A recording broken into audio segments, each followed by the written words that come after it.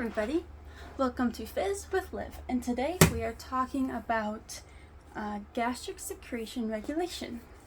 And I would like to preface that this diagram and these explanations are thanks to Dr. Tisha King-Hayden, whom I had undergrad A&P with. So, to diagram this out, we have three sections here, kind of like a grid. We have our stomach, we have the stimulus, the response. We also have an inhibition and response with our three phases: our cephalic phase, our gastric phase, and our intestinal phase. And as a reminder, cephalic means that's coming from the head. Gastric means that it's in relation to the stomach.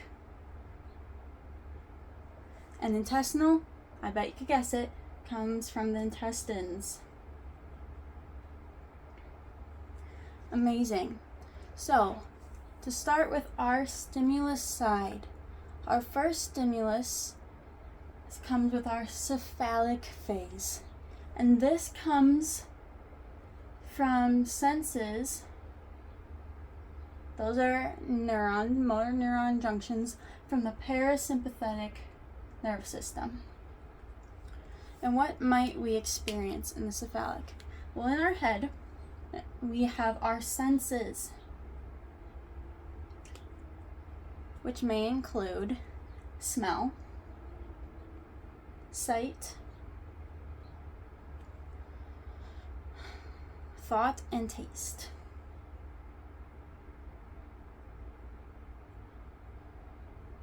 So we might smell something really yummy, we might see something delicious on our phone, we might think about what we're going to make for dinner, and we might be actually tasting this.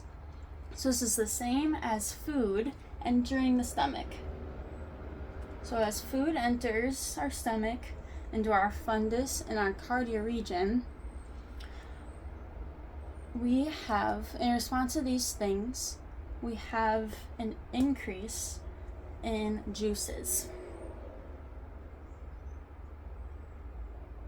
And these include HCl and pepsinogen.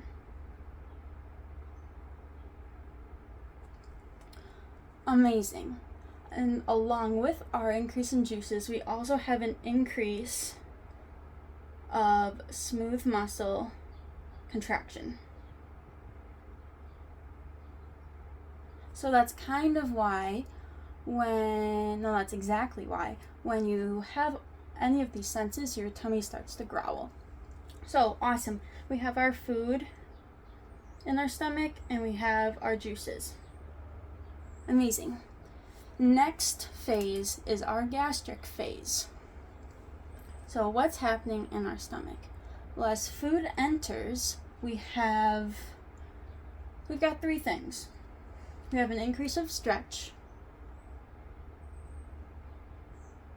We have an increase in pH.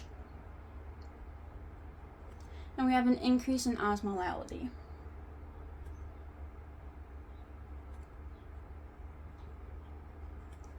Amazing. So, an increase in stretch. What might be the response to that? Well, this is pretty simple. We have our stretch and contract response. So we have contraction. And that's helping with our mechanical digestion in the stomach. In response to pH and osmolality increase, or osmolarity increase, whatever you prefer, we just have an increase in juices. So those are our acids that break down our food for our chemical digestion. Next, we have our intestinal phase. In our intestines, we experience a decrease in pH and a decrease in stretch.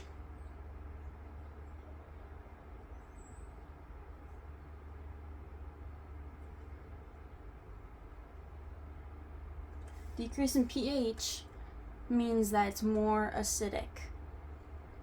So the number's going down, which kind of we get confused in our brain. So, in response to a decrease in pH, our response at our pyloric sphincter is to inhibit that. For me, when I draw these reactions, if I draw an arrow, that means it's promoting, activating, and if I draw this little line, that means I'm inhibiting. And then our decrease in stretch tells our stomach to have gastrin.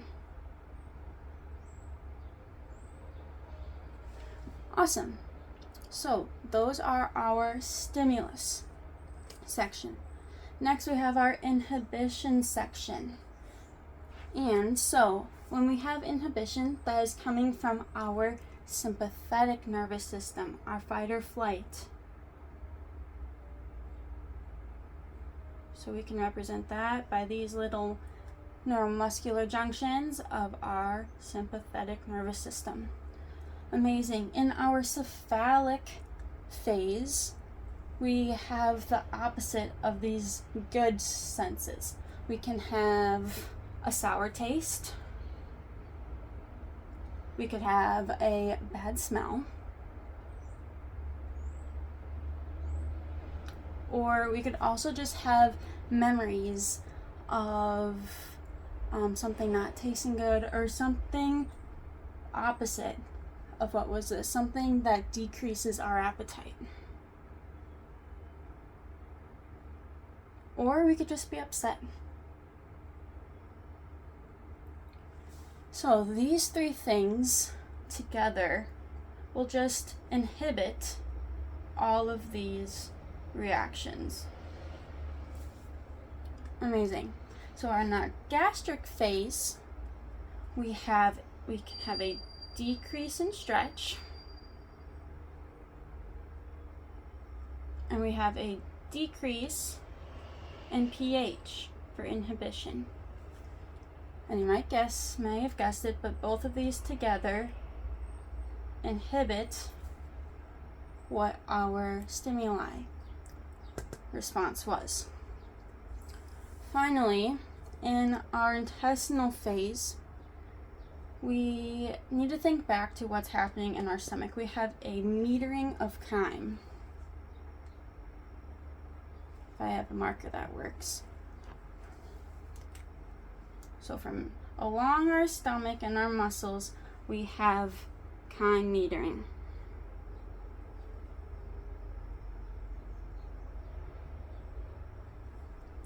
So this chyme metering, which could also be a way to describe our peristaltic contractions, can be inhibited or slowed because of our enterogastric reflex. Enterogastric reflex.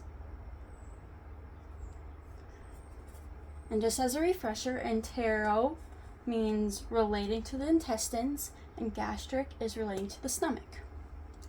So in our enterogastric reflex, our duodenum is signaling to our stomach, hey, we need to slow down, we've got some fats, or we have some acidity that we just need to work on. So the duodenum, if I can situate this right,